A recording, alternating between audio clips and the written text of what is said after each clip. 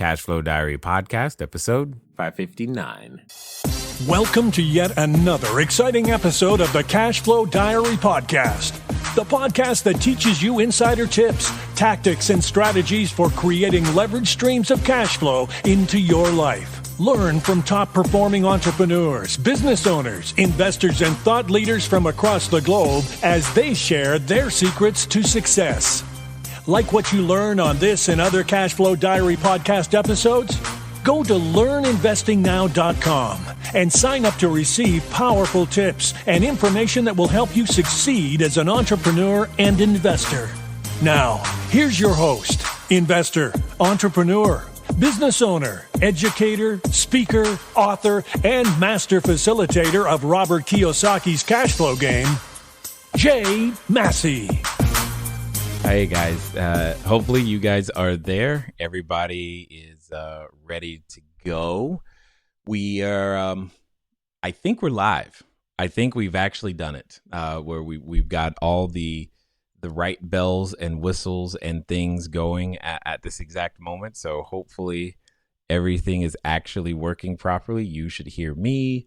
And as you can see, we have a new dial-in number and line. We're testing this line. So if you've got questions, now would be the time to go ahead and dial 417-352-2274. Let us know where you're from and would love to answer those questions, whatever they may be. So let's see. Today, hold on. I'm looking for the questions or comments from our Facebook group.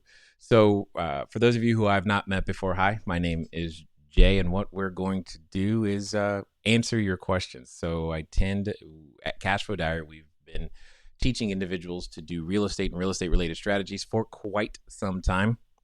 And that's what we're still doing. We tend to focus right now primarily on short-term rentals and kind of like that. And at the same time, we know that there's a number of people who have questions, whether they're real estate, business, or what have you related. And we like to make sure that we make ourselves available, specifically me, so that all of our students and occasionally you guys from around the globe get an opportunity to ask questions. So being that we are testing new technology, I'm in a new studio and we are doing our best to continually make things better. Would love to hear from you guys and any particular questions that you might have. I know those of you watching on Facebook and YouTube and hold on. I think I forgot to make the other places live. I sure did. 1 second. I just realized, can I just add them? I hope so. I can. Perfect.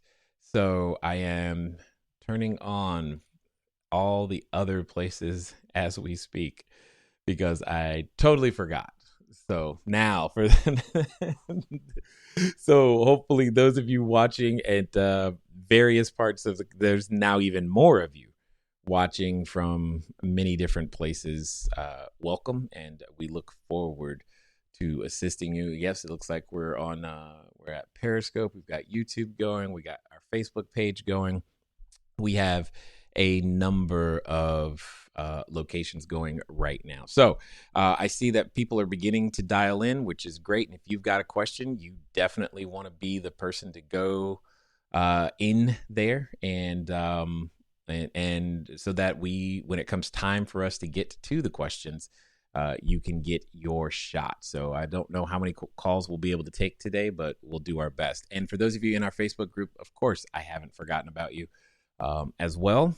And I must say this, my mom has a special request, and I told her that I would help. I'm being a good son. So this is your shot. Some of you, one of you, this is going to be your shot to help me be a good son. All right. So hopefully that's something you're excited about. Anyway, so in fact, let me just go ahead and knock that one out because we're going to have to talk about it a number of times.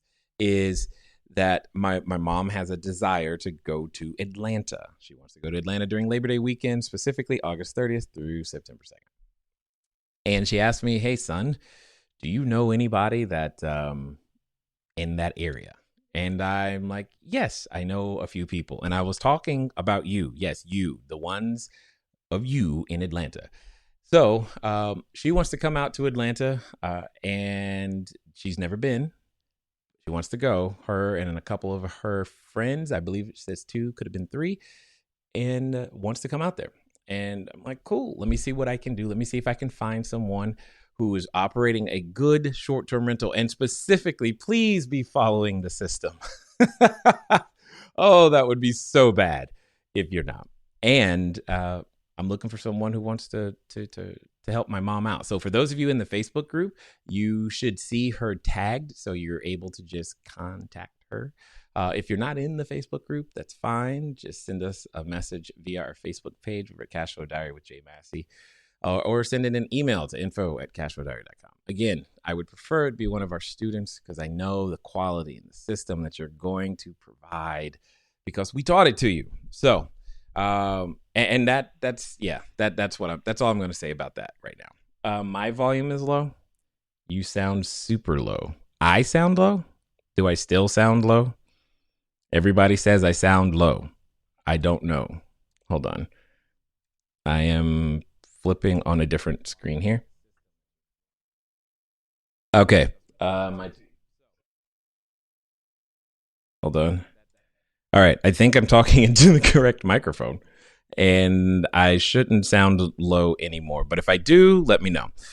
Thanks, Jay, for this weekly cast. Van Dang, you are quite welcome. Kendra from Hawaii, how are you? You're still watching. Russell, what's up? Thank you. Tamara, how are you doing? Peter, what's going on? Rafa, how are you guys? We are making our first unit listing tomorrow. Robin, when should I set up Wheelhouse and Smart B&B?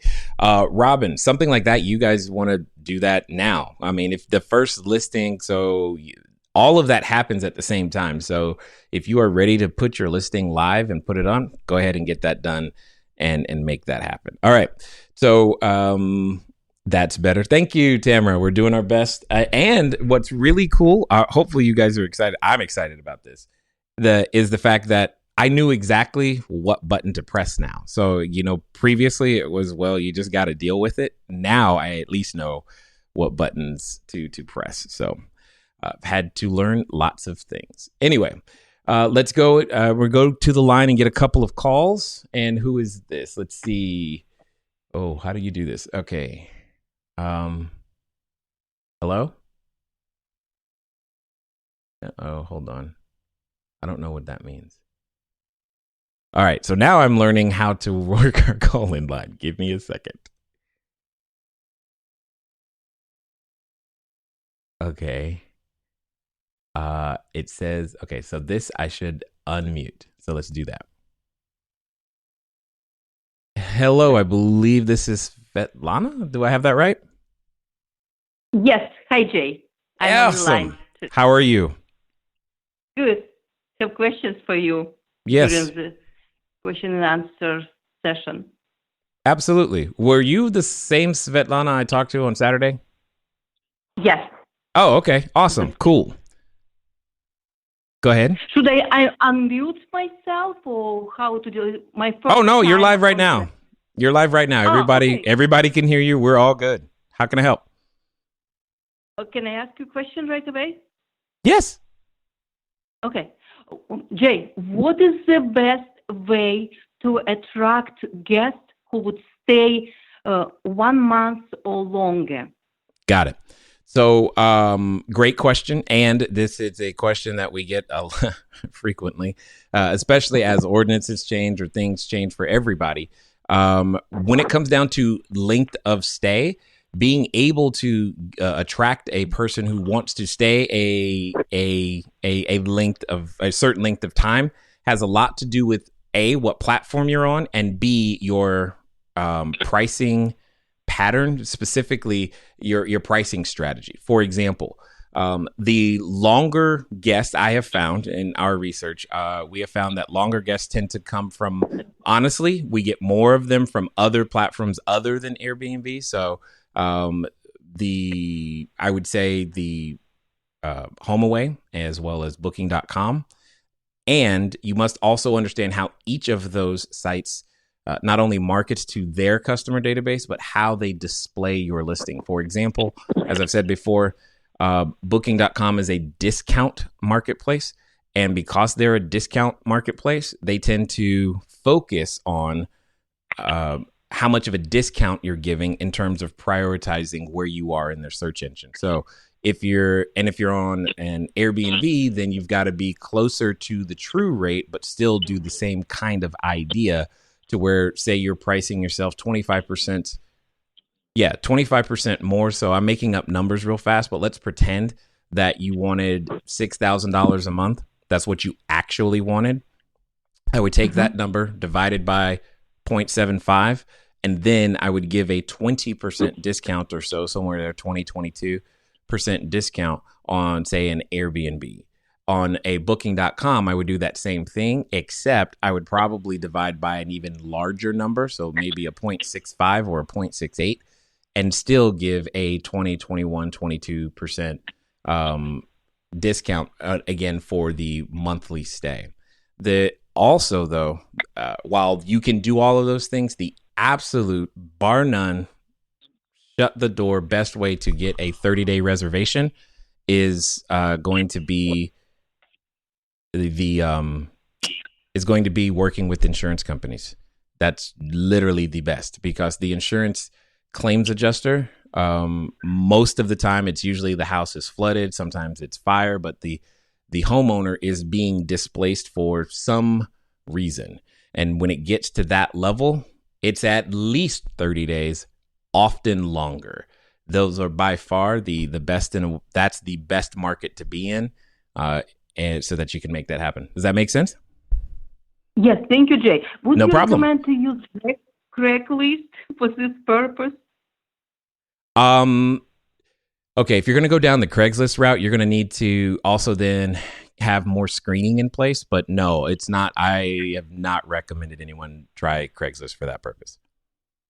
Okay, but any stay over 30 days, should I have lease agreement signed or just let them stay? I'm sorry, say that again? Should I have lease agreement signed between me and tenant? No. Got it.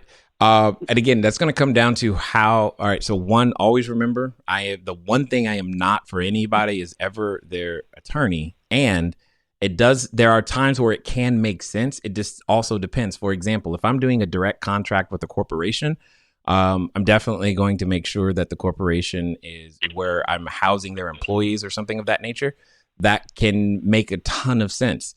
But sometimes this person could be someone you know from church, and that doesn't mean you shouldn't. But at the same time, I have seen and know of instances where that did not occur, even though they were staying longer. But to avail yourself or to protect yourself from a potential tenants' rights issue, that's probably a good idea. So definitely thanks for giving us a call. I'm going to get to the next caller now, and I appreciate you taking the time. Thank you so much. No problem. All right, let me see. Let me do this one more time. Let's see. Oh, boy. Okay, so I pressed that button. And then what in the world? Do I press this one? I do. Okay, got it. So, and then, oh no, that I just muted them. Sorry. Hey, this is Jay. Who's on the line? Hey, Jay, it's Kendra. Hey, Kendra. Okay, we've been hanging out a lot today. I like it. Go ahead. How can I help? Okay, so first part of my question is, we had a guest of a guest that he was included in part of our current reservation. Uh-huh. They actually left already. Anyways, there was like a noise disturbance. We addressed it to them, and then they fixed it. Sorry, I have a baby. That's fine. I have 4 children. I understand. He's singing the alphabet. Hey, no time like the present. What happened was, we addressed the problem, and they went out. They were kind of drunk. They came back, and they had said some not so nice things on the doorbell camera that we had caught. And thank goodness we have that system because I could kind of see it. But I guess my question on that note is, what is considerable like a automatic cancel when it comes to a person's reservation as far as going against the house rules? Because I know like what is considered as an offense, giving a warning, or just they do something and it's an automatic cancel. Like what is your threshold of tolerance when it comes to that? Honestly, it has a lot to do with how they respond to us holding them accountable. So let's just say we had this very similar situation. Basically, what you are describing to me, if someone first causes a disturbance, I get that. And then if we bring it to their attention and then they go a belligerent route, now we have a completely different issue.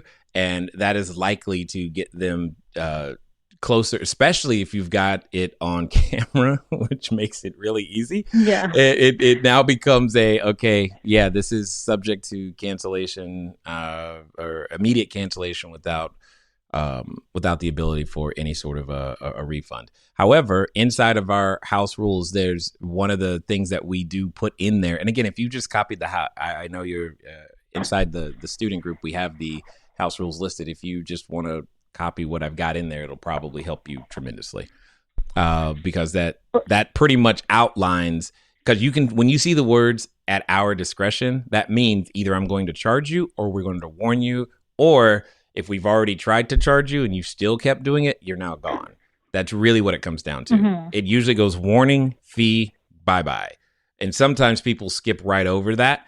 Like, for example, if they start trying to tamper with the safety equipment or security equipment, it skips all over that and it's a bye-bye. It's an automatic, you got to go. Does that make sense? Yes, thank you. Yeah, no problem. Thanks for calling. Perfect. All right, thanks. Bye. All right, bye. Let's see. I believe this is, actually, I'm not sure who this is. Who am I speaking with? Where are you from? Oh, nope. I don't know, Jay, am I on? Yes. Oh, okay. I thought I was still in the holding queue. Nope. You're not on the holding queue at this moment. Hold on one second. We're learning our rhythm here, so I'm gonna talk to Megan for a second because I know she can hear me.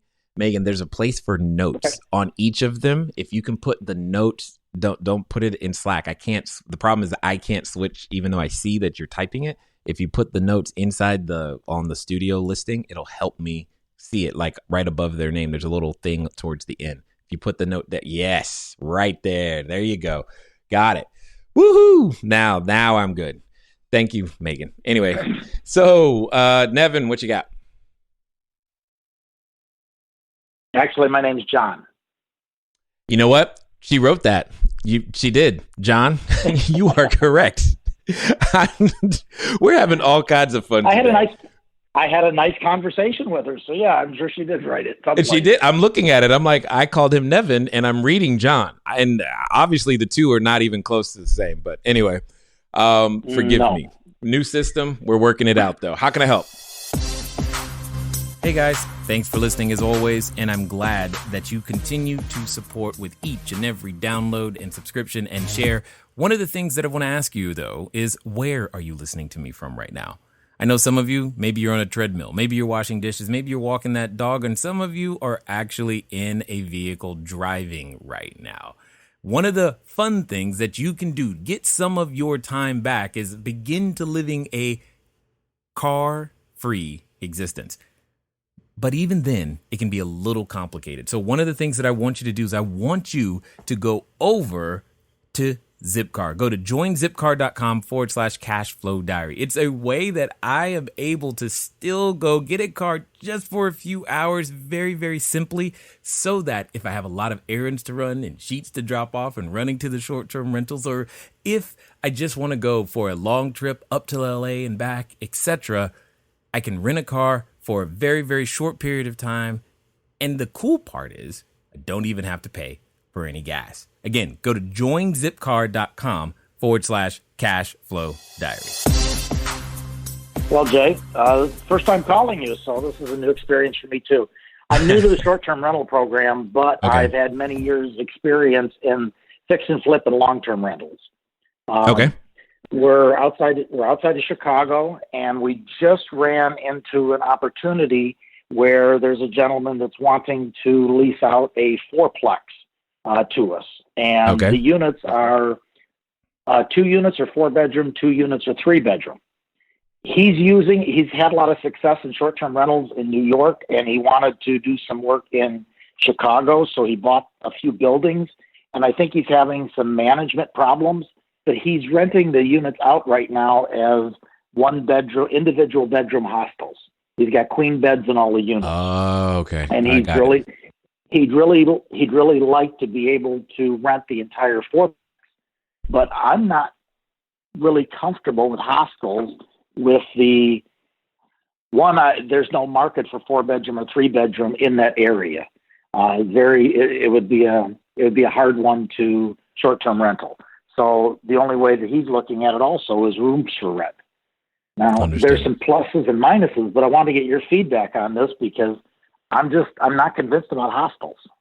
Yeah, well, again, I'm gonna say two things, and it's gonna sound like I'm talking out of both sides here. But one, we've had students go down this route, and what I can tell you is, bar none, they're typically some of the most profitable, most revenue generating ways to do it. The more you can divide and slice and dice that real estate, you have what is known as your utilization ratio going really, really, really high. So your occupancy is, you're just able to command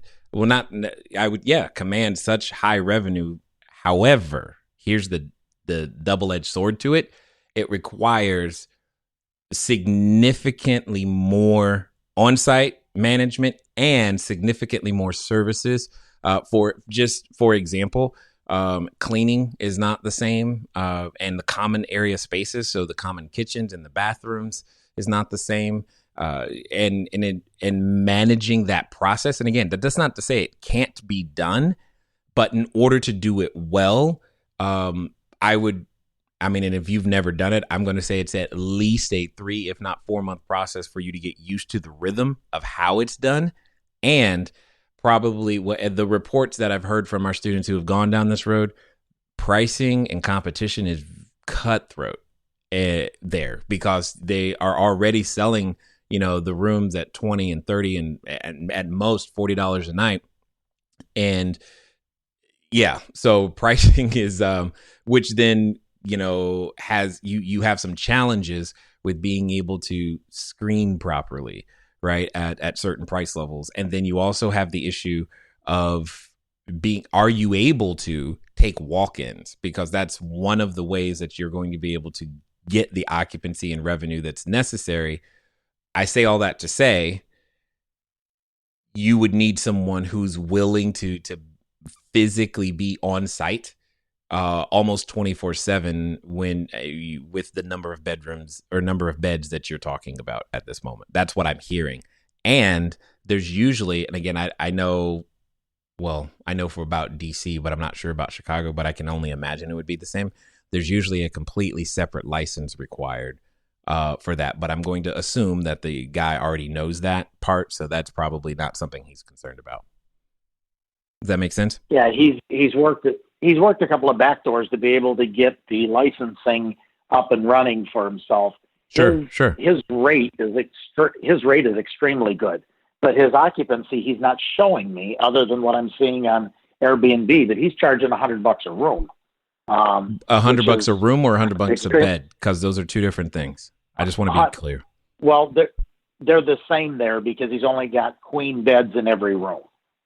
Okay, got it. Well, then, yeah. All right. Yeah, that makes sense. Then that's fine. That's a little bit less management intensive than what I had pictured in my head. So, yeah, that makes sense. There is a hostel not too far from there. It's about a mile closer to the ballpark, and they rent beds, and they're like 8 beds, 6 beds per room, and their rate is their rate is what you were talking about, $20 or $30 a bed, right. But we also understood we'd have to have some live-in type management there. Right. And what we were picturing is if we left the single bed per room, then they were only managing basically 11 rooms, 11 beds. So what we imagined is one manager taking care. We do all the off-site managing, the check-in, check-out, Sure. and all that stuff. But the cleaning and the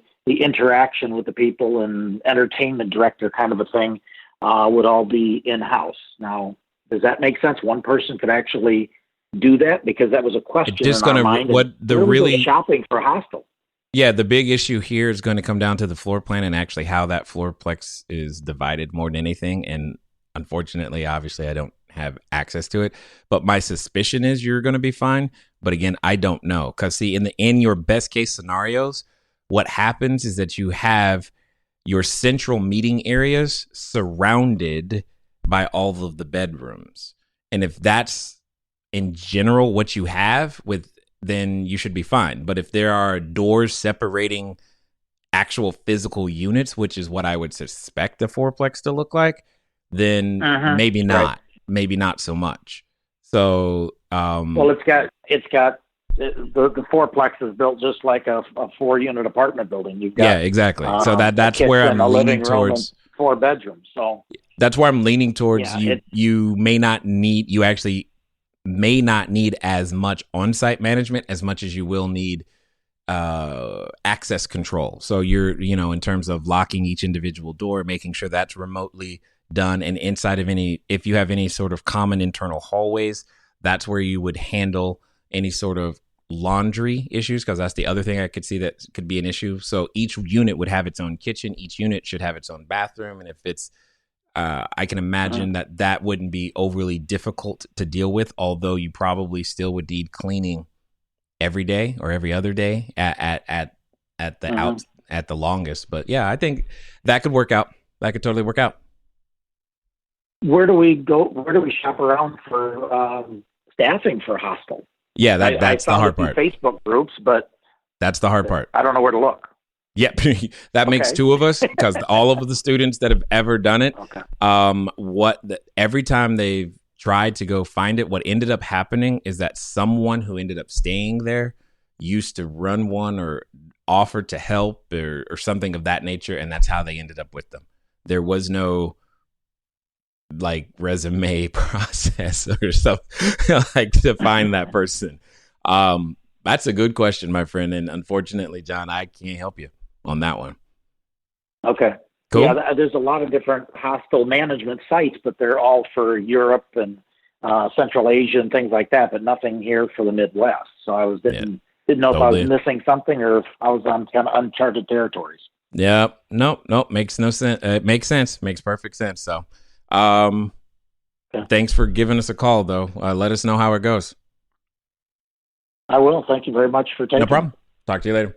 All right. Bye. Who do we have Bye. here? Bye. Shelton, it looks like. Hey, hello. So your wife calls, then you call. Did y'all decide? Did you plan that one?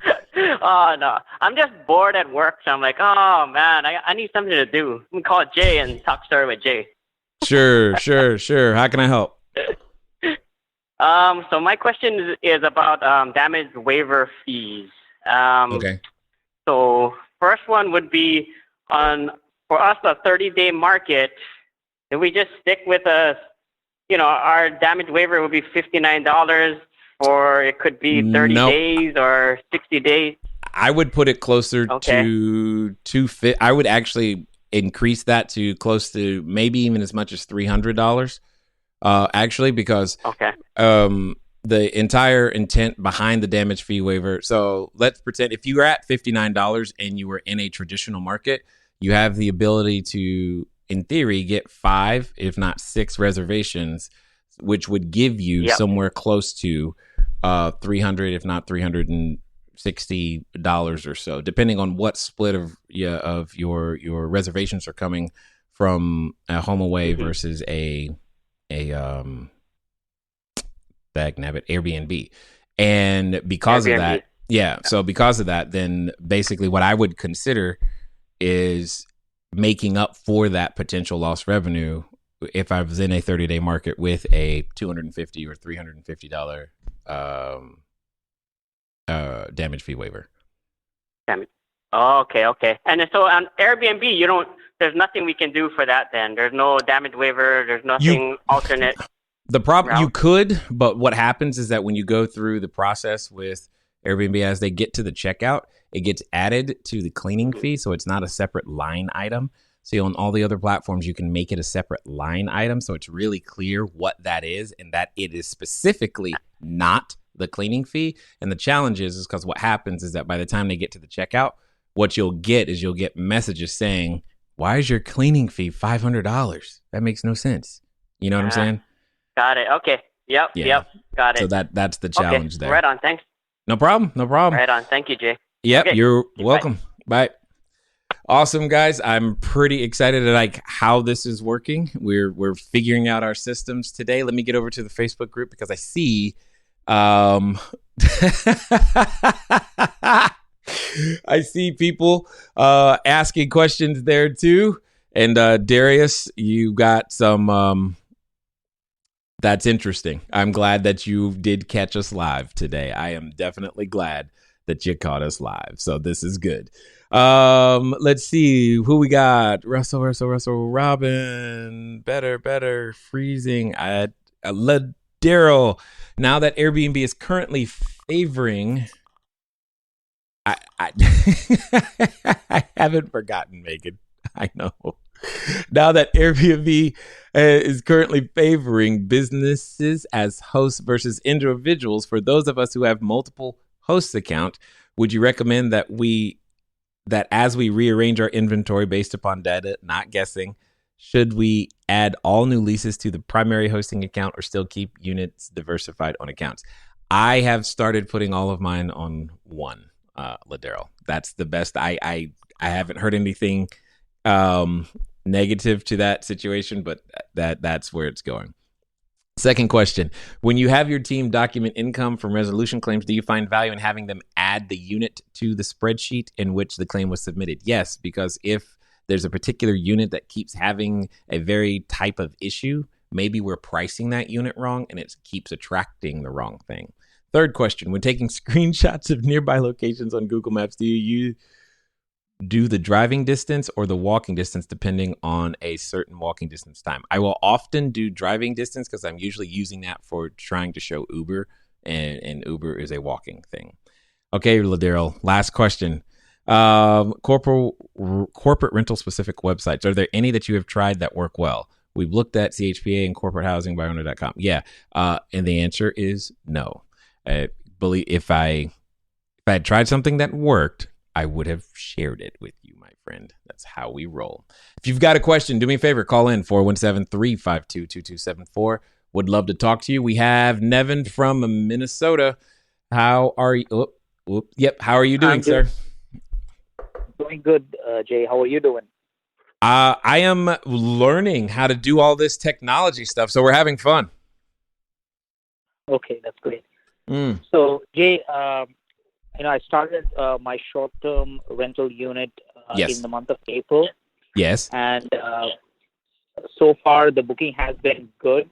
I also attended the analytics training, and I was trying to interpret the numbers on Smart BNB, but I just don't know what action to take because currently I'm kind of freaking out because September, it's pretty much open. I have an open calendar right now, and it's strange because during the fall, this is a good time, season time, and got it. September is completely open. I just don't know what action to take moving forward. Got it. So this great question, makes perfect sense. Very common for people to get freaked out about their calendar, especially as you go through high to low season, because you're like, dude, what's going on? Now, with that being said, let me tell you the metrics you need to pay attention to. The metrics you need to pay attention to is your inside Smart BNB. They specifically call it early versus late bookings, I believe. Hold on, let me pull it up. I'll pull it up real fast. And come on, computer. Because there it is. Come on. I need... The maximum is 88 days. No, 88, early versus late bookings is what they call it. I'm sorry, the what? Yes. It's the maximum I have is 88 days for one, and another one for 78. Everything is under 30 days, 20 days. So, in early versus late. Okay. Yeah. So let me, you know what I'm going to do is I'm going to pull it up on my screen to make it a little bit easier. As soon as I remember which button I'm supposed to press. Give me a second. There it is. So, whoops, wrong. I'm trying to get to, well, there it is. All right. So, basically, so when you're looking at an early versus late, like I'm showing you right here, what you're trying to figure out is, and maybe on a per unit basis, even, you need a longer date range. So if I remember correctly, this is your first September that you'll be going through. Is that correct? Okay. So, this what I'm about to say is not going to make you feel any better, but this is we don't know what we don't know about bookings through September in Minnesota where you are. It is Minnesota, right? Yeah. We don't know what we don't know about bookings in Minnesota where you are at this particular moment in time. So we're doing our best. We're making a best guess based upon the data. So on your early versus late, as you can see, like if you're looking at, or like go back later, look at the recording, or if you're looking at it now, you can see that I have a significant amount of people who book within 20 days. And even more so as it gets under 10 and even more so as it gets under 7. If that's a pattern that you see for yourself, then you should not be concerned. If, however, your pattern is more of a 20 to 40 days or 40 to 60 days, then it is a hint that we may have a seasonal adjustment to your pricing type of issue. Does that make sense?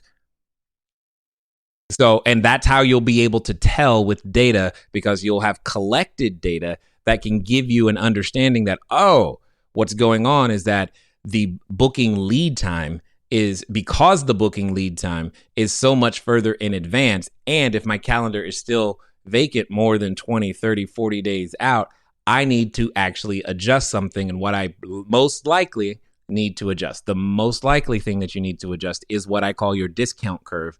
Because during high season, you can keep your discount curve really, really close. You don't have to discount until the absolute last minute. However, as you transition into a lower season, you may need to discount further out in advance in order to maintain similar levels of occupancy and revenue. Does that make sense?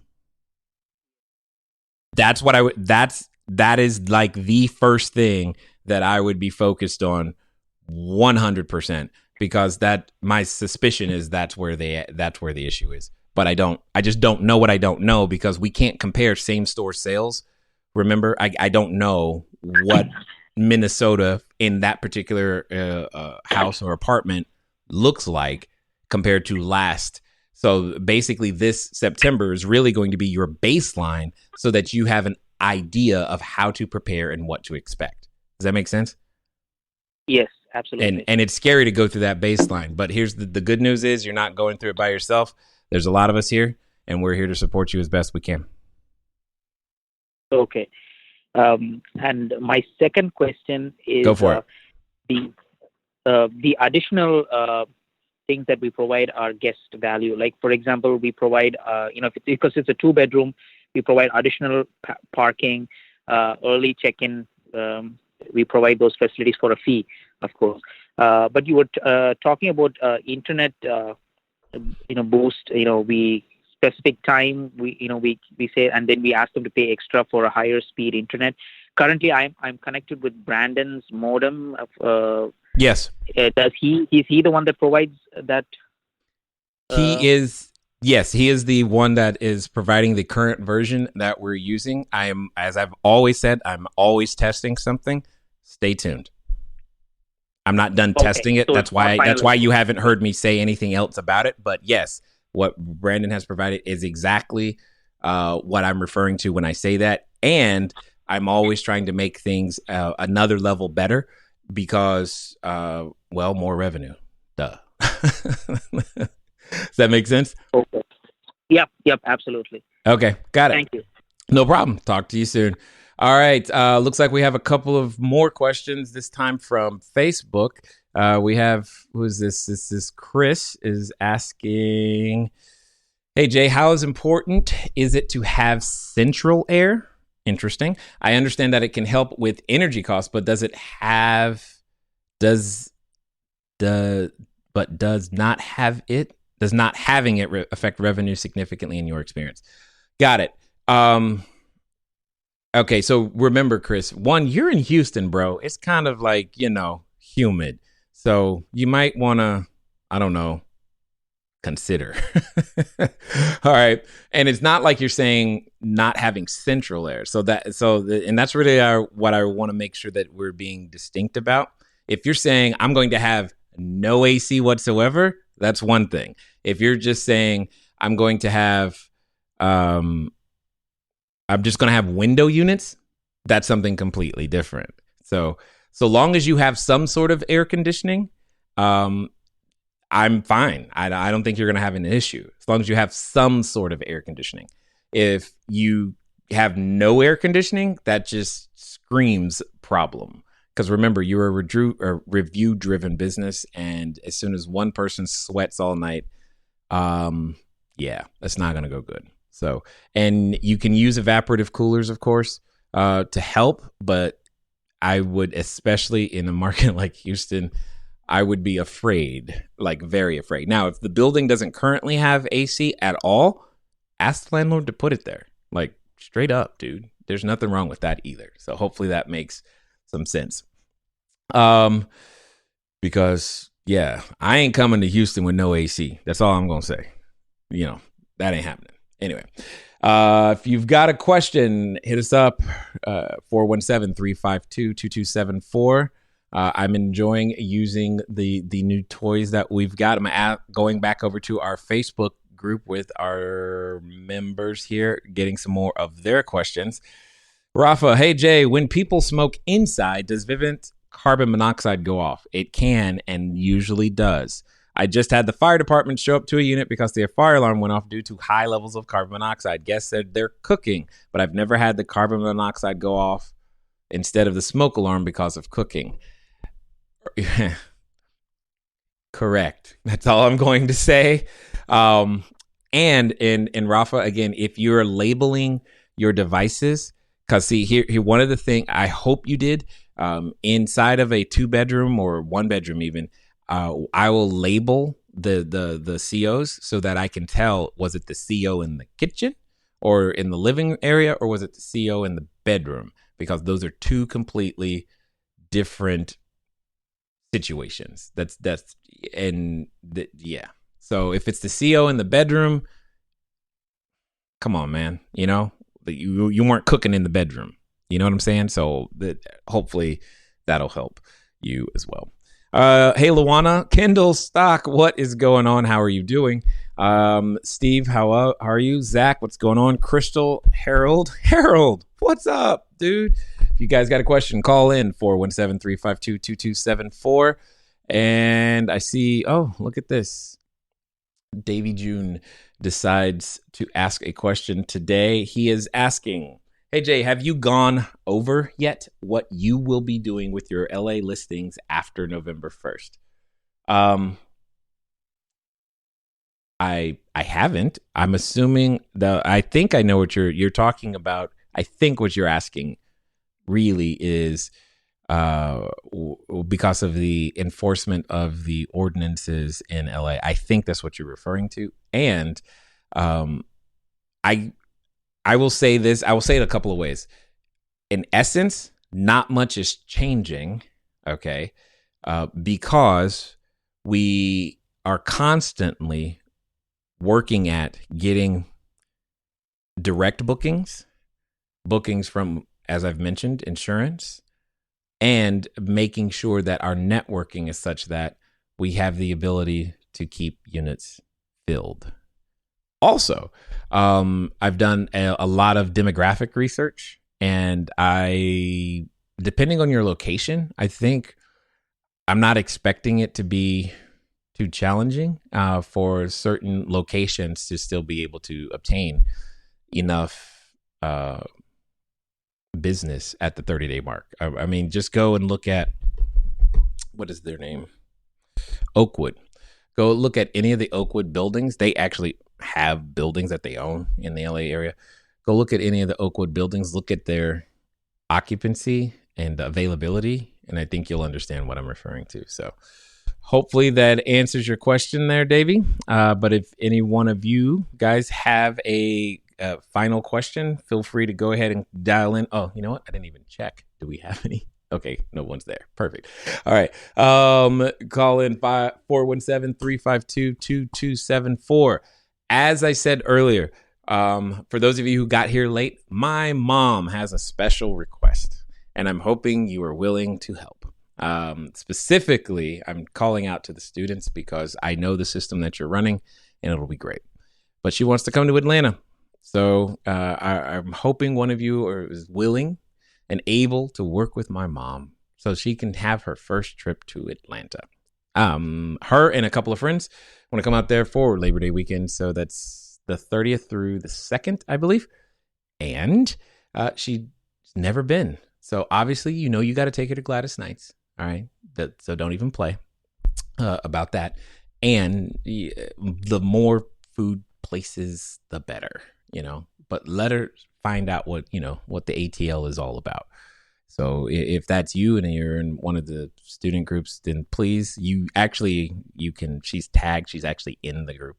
So you'll be able to easily communicate with her. And if it's not, then just send us an email at info@cashflowdiary.com. That would be great. Oh my goodness. Everyone, let's, I'm pretty excited about all the things that we are up to and how we're doing our best to improve. And what I want to do is I want to make sure that we give Megan a nice round of applause for helping us out today, because it was her first time working through the system and figuring it all out. We were all figuring it out together. We absolutely love what's going on. If you find yourself in the mode where you've been wondering, how on earth can I become a bigger, better, badder version of myself? What on earth am I going to do with my job, or how am I going to retire, and how all of those things? We at CashFlowDiary, we've been here for a number of years, and what we do is we honestly help build, create, train entrepreneurs. We help them understand things like that particular formula. How do leads, customers, margin, frequency equal your growth potential? Most importantly, how you can take advantage of that so that you have additional revenue coming in. We help you build those systems, and that's what I get excited about, So if you want, we have a podcast in iTunes. Go to CashFlowDiaryPodcast.com and take a listen. See if you like, and if so, don't forget to come on back. Anyway, with that being said, ladies and gentlemen, it is that time. It's that time where I get to say goodbye to you and all of my friends. I thank you for taking the time to allow us to influence you however we've been able to, and look forward to talking to you guys soon. Until next time.